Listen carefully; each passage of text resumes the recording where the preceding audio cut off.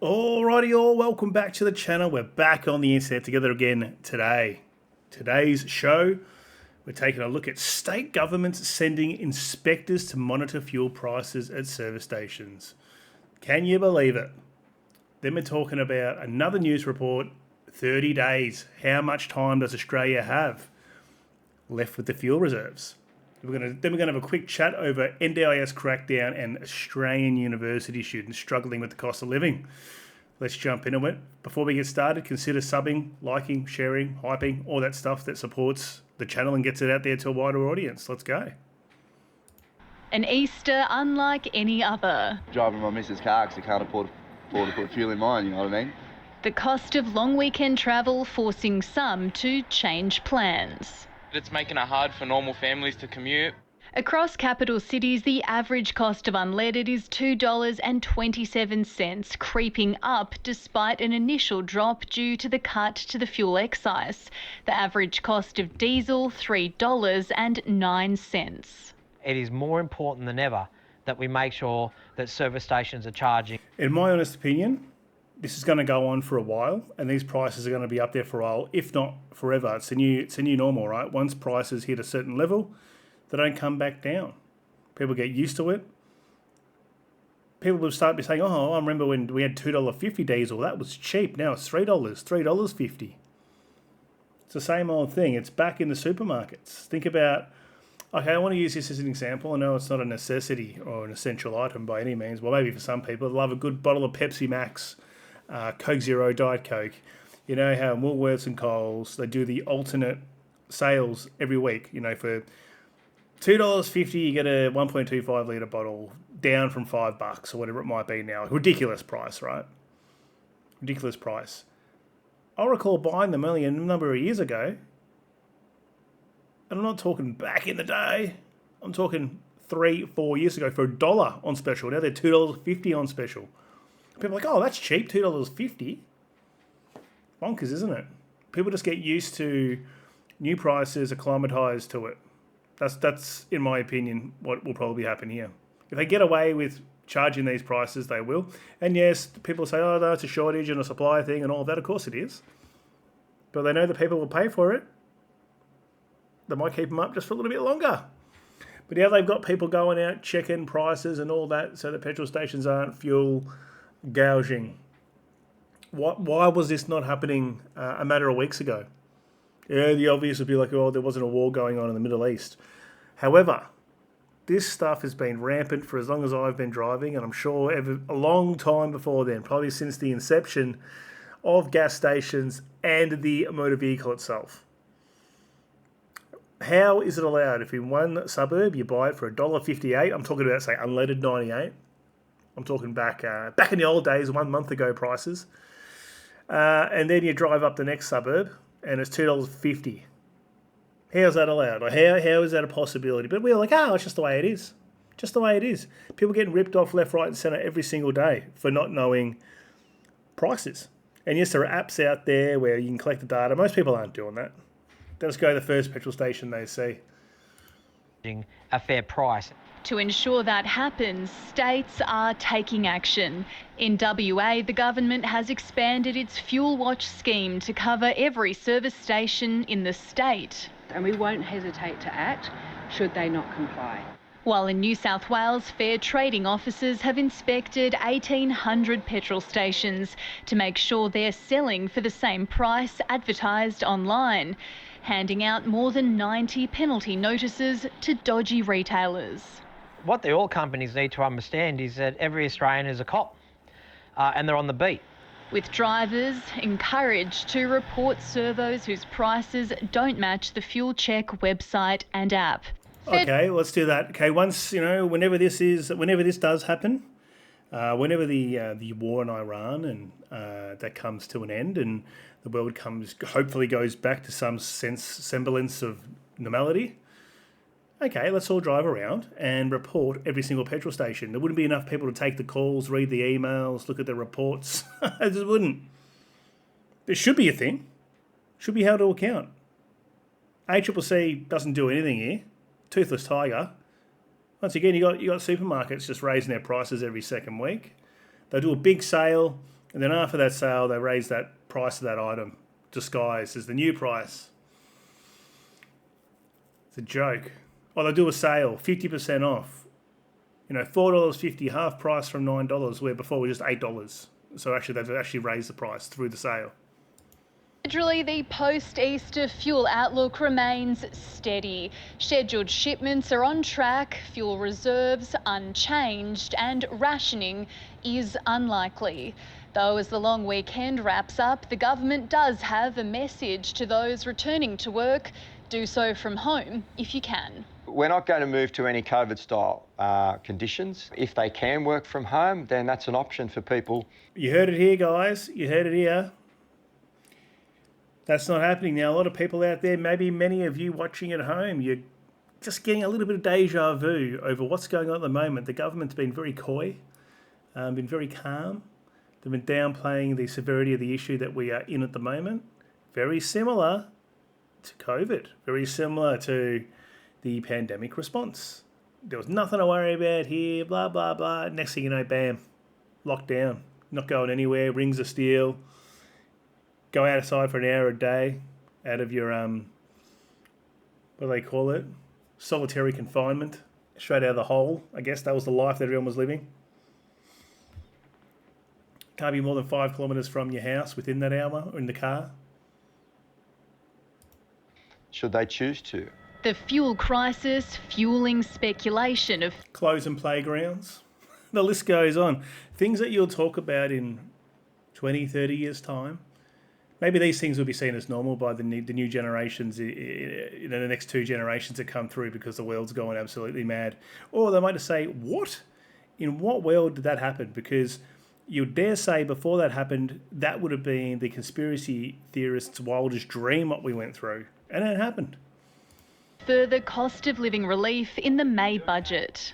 If I was a treasurer, you'd have to cut back on spending, and you're going to have to fix the fundamentals. Some free advice as the cost of everything else soars. How's gas going up? Why is gas $1.22? It was 90 cents or something a few weeks ago. Is it gas also? I thought it was just petroleum and diesel. Is it gas, is it? I thought we had a gas here.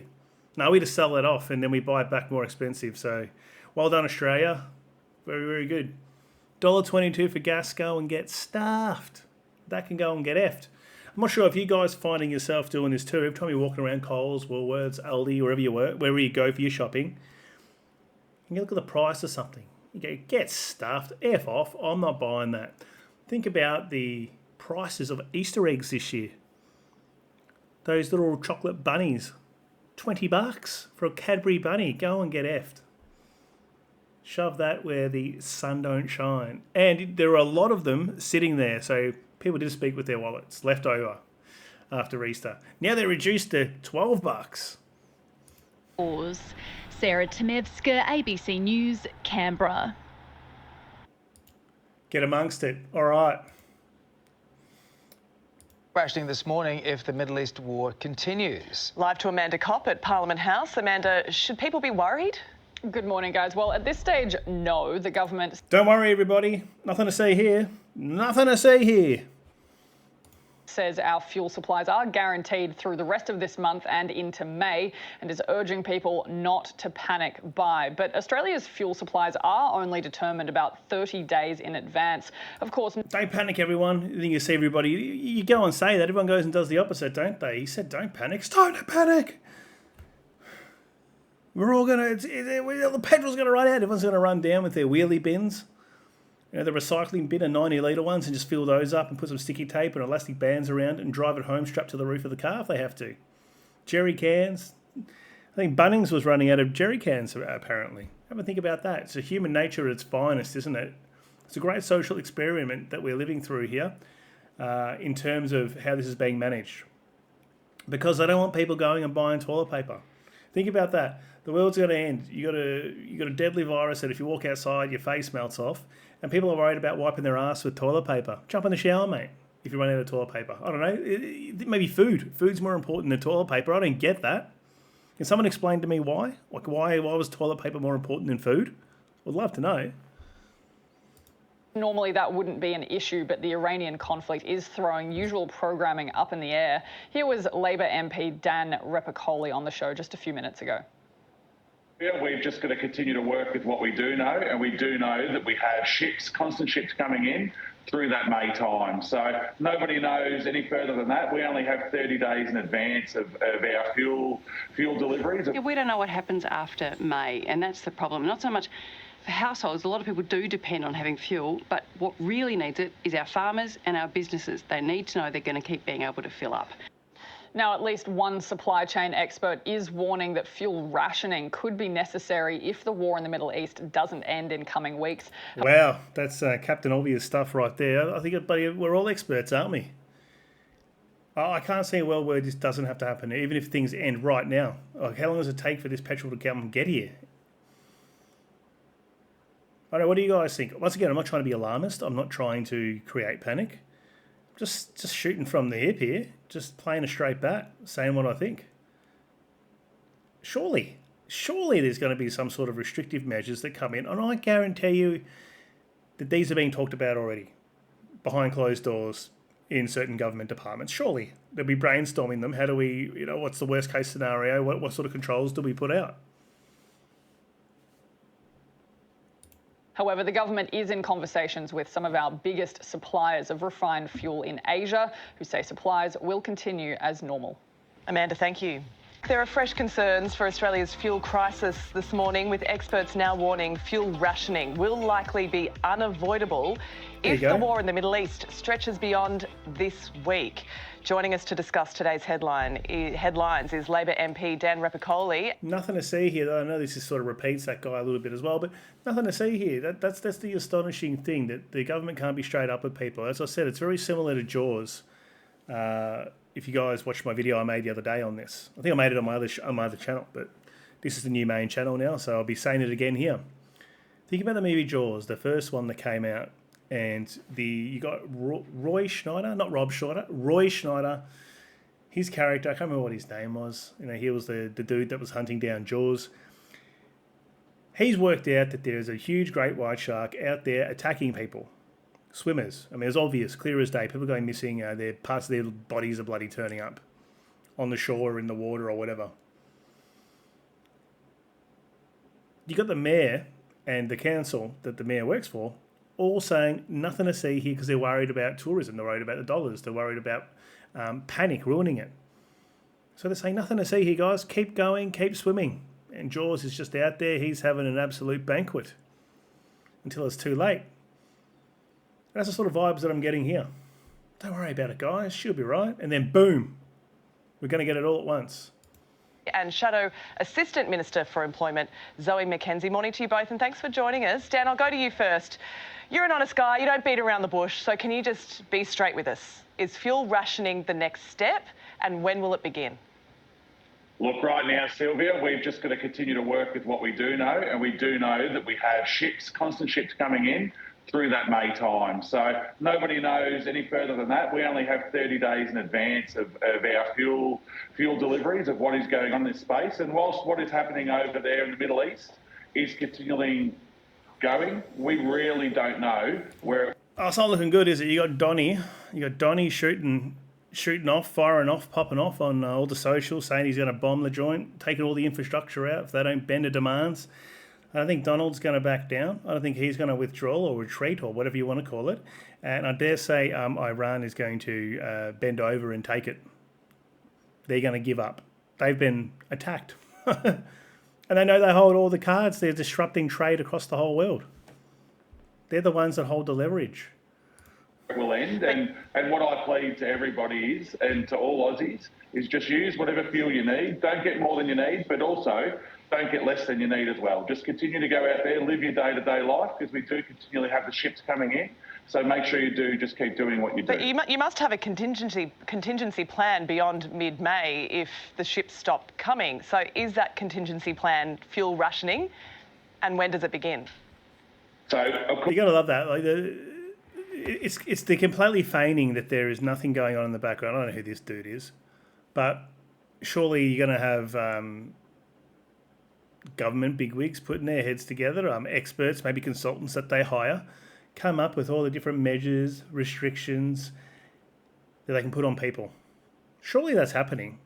Surely, if it's not happening, I'd be incredibly surprised. What do you guys think? Do you think there are some serious conversations going on behind closed doors about how they limit the movement of people, make people stay in their house? I mean, that makes no sense to me.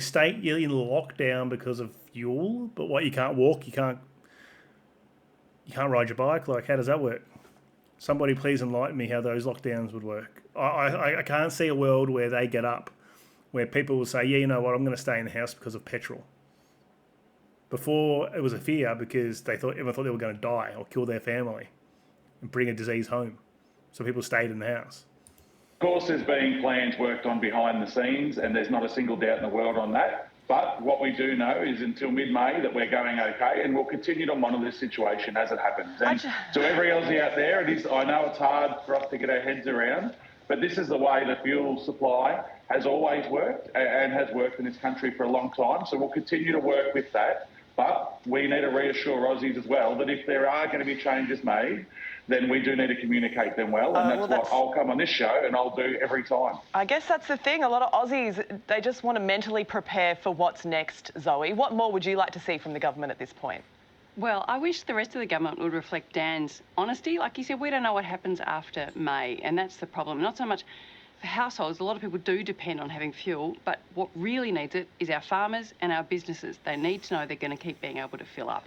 So that's the key issue, what certainty we can give them so that we can be sure we're going to have food on the table in 4 months' time. Well, the SMH this morning, Dan, is reporting that the New South Wales... And that's the thing that people aren't thinking about. Think about the flow-on effects that can happen here. Okay, yes, there's the thing that does cripple us all. Everything becomes expensive. But what happens when you can't even buy those things anymore? You can't even get access to them anymore. You're going to have shortages of food. Have a think about that. Government is using commercial data from fuel companies to work out if fuel supplies will remain stable. WA's already enacted emergency powers. Do you get the feeling, the sense that the states don't trust the federal government to handle this on their own?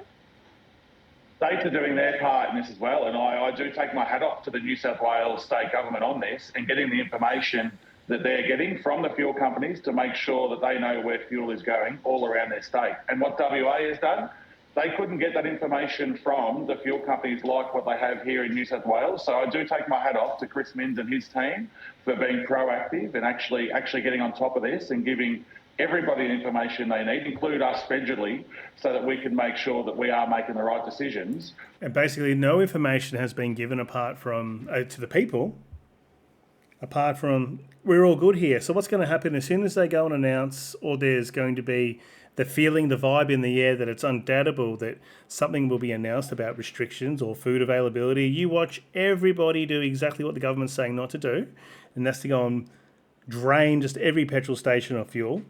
Then it will be going down to the supermarkets and just taking everything off the shelves. Everything that's non-perishable, water, everything, it's going to be gone. There's going to be pandemonium. People are going to be fighting in car parks, carrying on. Because human nature, the best of human nature will come out when people are scared. Everyone's for themselves. Apparently it's an Australian way for everyone to look after each other. Not anymore, it's not. People just step on your throat to get stuff for them. Well, most people will. Every man for themselves.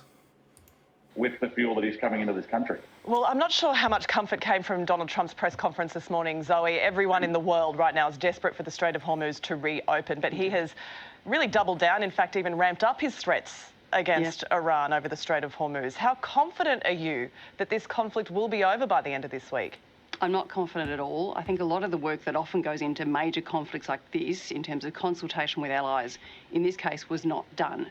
So we're in a fairly unpredictable environment, and you're right, sort of, 80% of the fuel that goes around the world comes from that particular area. So it's a very unknown quantity. I think we've had 3 sets of deadlines now. None of them have been met to date. We'll see what happens tomorrow, but this is not what you'd call a moderated methodological plan, the suggestion that he'll take out power and bridges means it'll get worse before it gets better. The Energy Minister here has declared Australia's fuel supply is secure until May, but this crisis is far from over. Experts now saying fuel rationing will be unavoidable if the... All right, so they've gone and touched on that now. I think we've seen enough of that one. Before we keep going, if you are, once again, new to the channel, consider subbing, liking, sharing, and just helping getting the channel out there. Really appreciate it. All right, NDIS crackdown. Let's move on to something different. It's been fuel. Iran, that's all we've been hearing about 24/7. Let's jump onto this topic. Tougher penalties are on the cards for dodgy NDIS operators, with the Senate passing new laws that could see routers jailed for up to 5 years and face fines of $400,000. Joining us this afternoon on the debrief is James Lake from SCA News in Melbourne and Billy Milibanovich from the Wine Chats podcast in Brisbane. Good afternoon to both of you. James, we know NDIS is being routed by a lot of people at the moment, and that means the people that really need it don't get this support. Do you think this is a step in the right direction? Oh, absolutely a step in the right direction. I think one of the biggest issues that we have in the country at the moment is that people see the NDIS costing so much at the same time as so many taxes are increasing.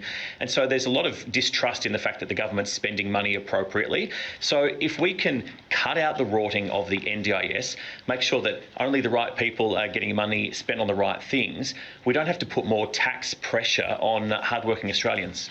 Great point, James. Billy, I think this is... Dodgy operators. Now, how are they going to have enough manpower to catch them all? Because I dare say it is a completely widespread thing. And why has it taken so long for them to come and start actually doing some action here? There's been expose after expose after expose, whistleblowers, left, right. And this is not just something that's new. It's been going on forever. Something's been going on forever. You'll see it's all kinds, okay, in Melbourne, okay, in the city, see it all the time.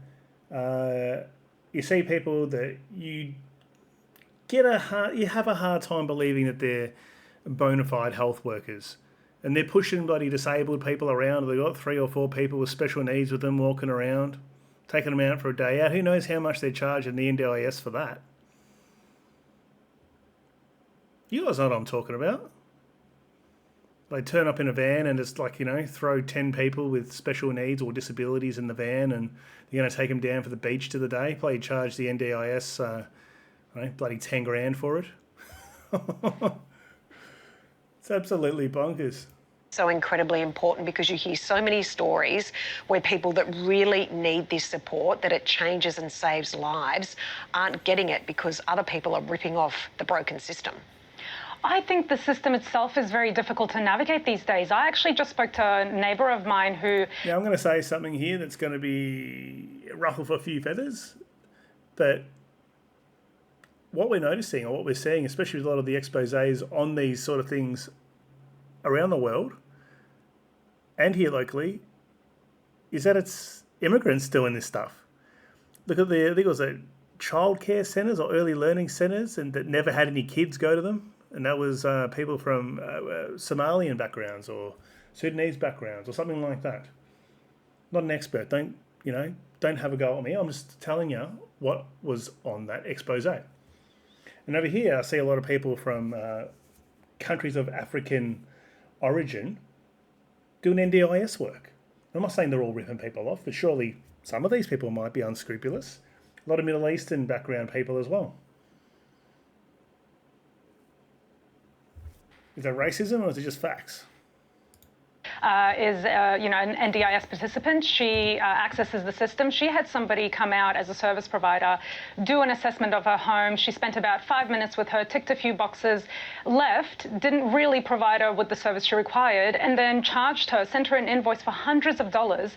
Thankfully, my neighbour had the capacity to push back and say, what are you actually charging me for? But I'm seeing more problems with the services that are, the NDIS has essentially created a free-for-all service. What was supposed to be freedom of choice is now a free-for-all. And it's a real concern where they're charging participants for things that they're not really... It's almost welfare for the people that are ripping it off, isn't it? Easy money. Money for jam, as they say over here. able to receive or provide. It's very difficult. I'm really glad to hear that this is starting to happen and they're starting to crack down on these people. Extremely important for the system at the moment. Absolutely, to ensure the people that need it and deserve it get it. Moving on this afternoon, new research shows that formal school uniforms are out of favour, with 3/4 of Australians saying students should wear sports uniforms instead. James, do you think it's important that we keep uniforms uniform in school? Oh, yes and no. I mean, uniform's important for the unity of the students, so that's one thing. But I think the sports uniform certainly has a place.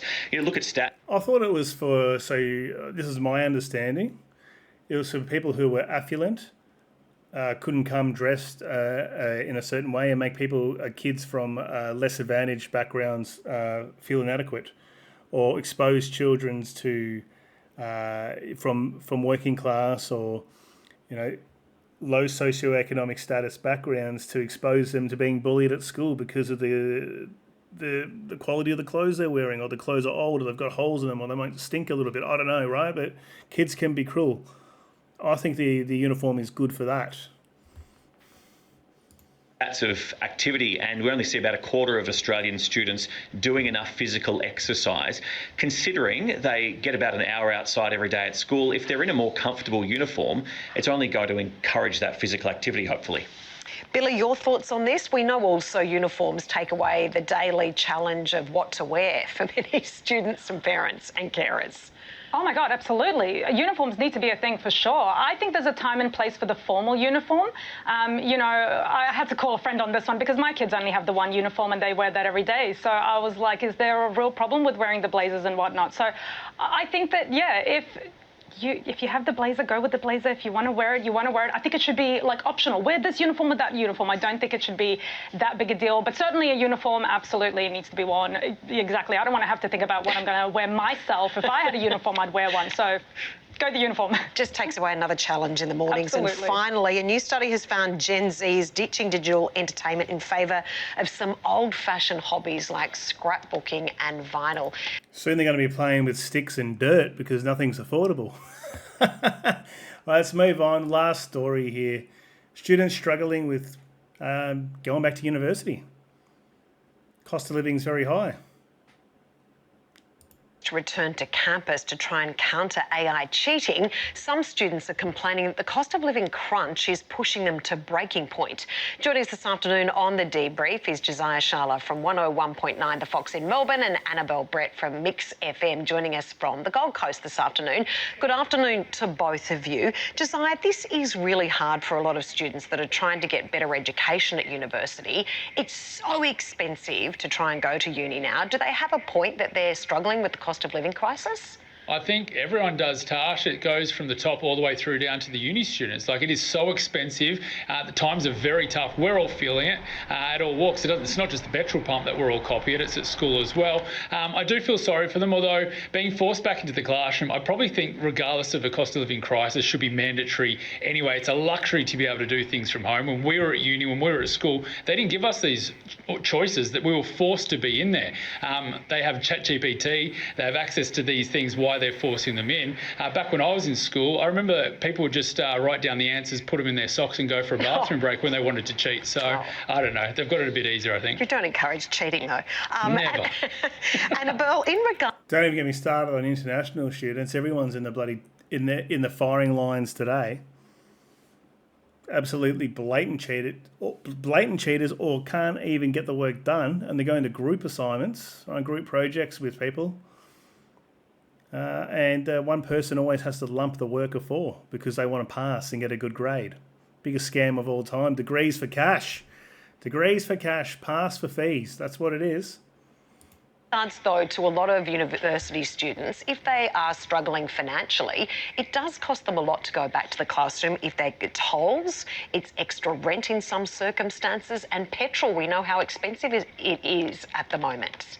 Oh, absolutely. I cannot even comprehend the cost that they will be facing today.